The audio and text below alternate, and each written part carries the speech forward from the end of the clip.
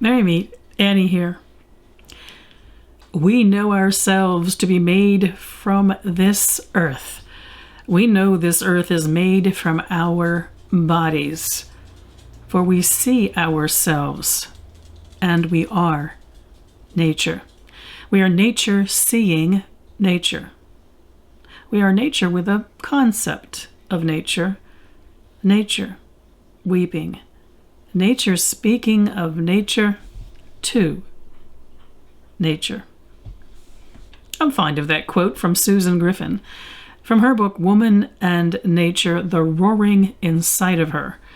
And don't you just love the book title? This was part of my bookshelf back in the 1970s. I've personally moved beyond, I have to say, well beyond, the down with the patriarchy, men are the cause of every worldly bane philosophy. That was, well, part of the times and that writing. Well, it was a phase I went through, I'm not going to deny it. And really there is some lovely prose and poetry in that book. Although I long ago tossed it out, I have bits and pieces of it written down in my journals. And they come up in my reflections, like today. You can still get the book. It's been reprinted, and Amazon touts it as a famously provocative cornerstone of feminist literature. I did think it was that when I first read it, but I wouldn't be as keen on it nowadays. But I always make exceptions for good poetry.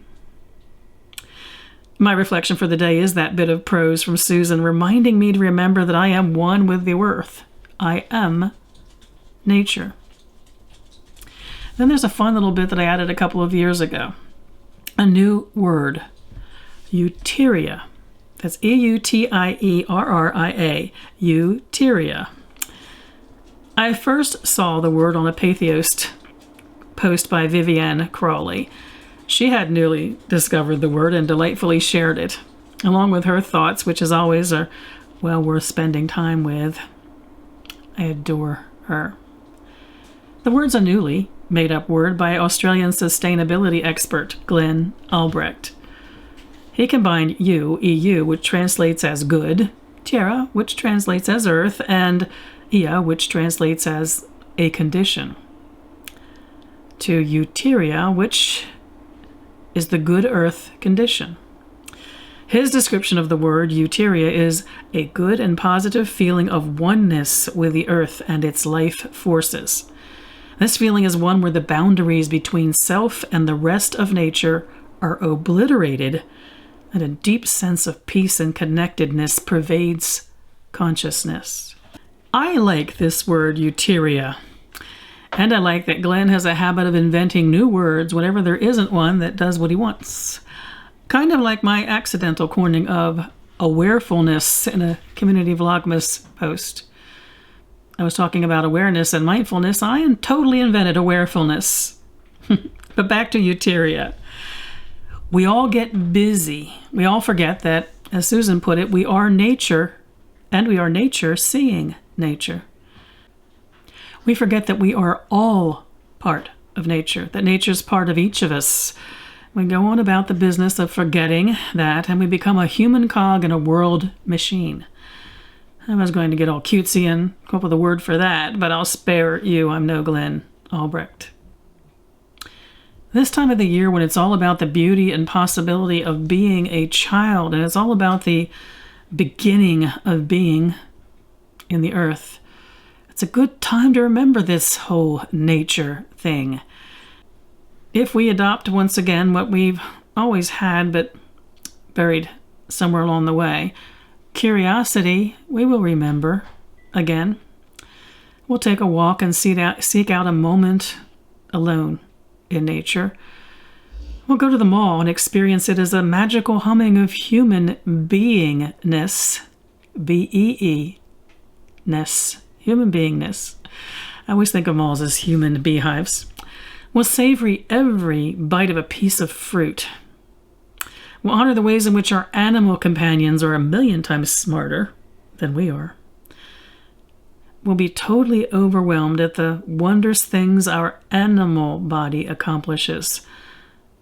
Like that breathing thing, it's truly astounding. don't you think? Other than Susan's bit of prose and my new word, euteria, for quite some time I've had a quote from Tom Cowan in my reflections for today. In fact, it went there in 2003. I know that because that's when his book, Yearning for the Wind, Celtic Reflections on Nature and Soul, came out.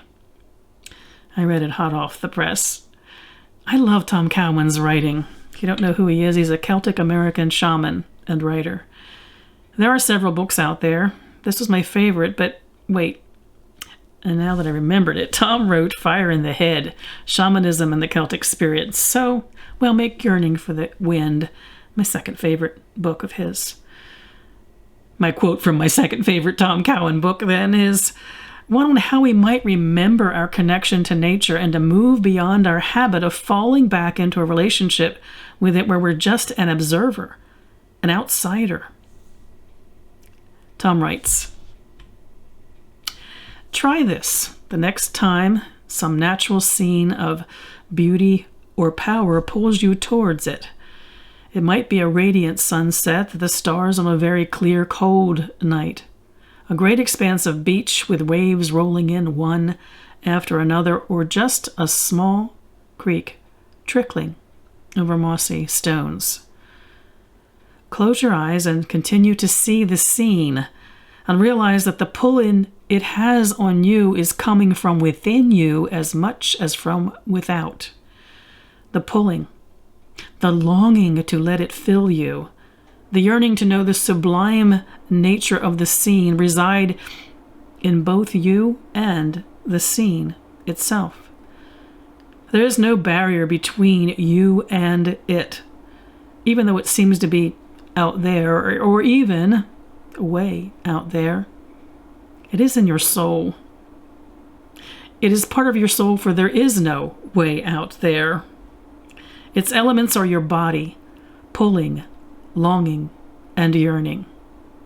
The whole earth is pulling, longing, and yearning. Take a deep breath and let those wonders fill you. Then open your eyes again. When you leave the scene, all the glory, beauty, and power of it will go with you. They're in your soul. You are still walking beneath those stars along that beach before that sunset. When you later hear that stream splashing over the mossy stones, you will not be hearing it just inside your head. It's out there and out there in your soul. Isn't that beautiful? We won't all have a natural scene of power and beauty surrounding us. Our connection might be through our vision of the stars, through our high-rise apartment building, or through our cat sunning in the window. It can be one leaf on a sidewalk. It can be the energy of all the humans that surround us. It can even be something we watch in a video or read about in a book. If we become our child selves, full of wonder and curiosity, we can leave the scene, as Tom wrote, and take all the glory, beauty, and power of it within us, within our soul. Let your inner child explore something of nature in the near future. See it through the eyes that place no limitations on the experience. Open yourself up to every possibility of it. Then close your eyes. Remember it, and know it's become part of your soul. I wish you all mirth and reverence. Merry part.